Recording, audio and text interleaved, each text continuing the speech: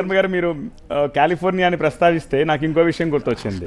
మెక్సికోలో ఒక చోట రామసీత అనే ఒక ఫెస్టివల్ చేస్తారట.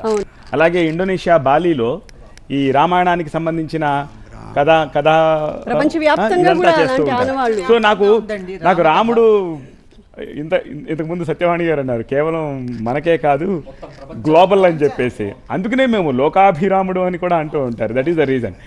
సూర్యనారాయణ గారు, లక్ష్మి గారు అండ్ జ్యోతిర్మయ్య గారు మీ ముగ్గురు మాట్లాడలేదు కాబట్టి ఈ విషయం గురించి మీరు ఏం చెప్తారు? ఫస్ట్ సూర్యనారాయణ గారు, మీరు వేదాల్లో మనకి ఏం చెప్తున్నది? 4 చిన్న చిన్న మాటలు చెప్పింది. సత్యం వద, ధర్మం చర, మాతృదేవో భవ, పితృదేవో భవ.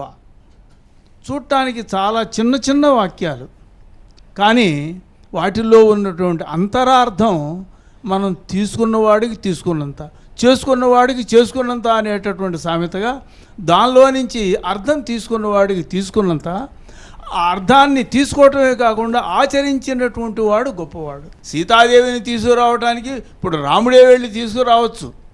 అంతకుముందు కూడా ఒకసారి అంటుంది సీతాదేవి, ఈయన ఆంజనేయ స్వామి అంటాడు, అమ్మా ఆ రావణాసురుడిని చంపేసి నేనే తీసుకెళ్తానని చెప్పి అంటాడు.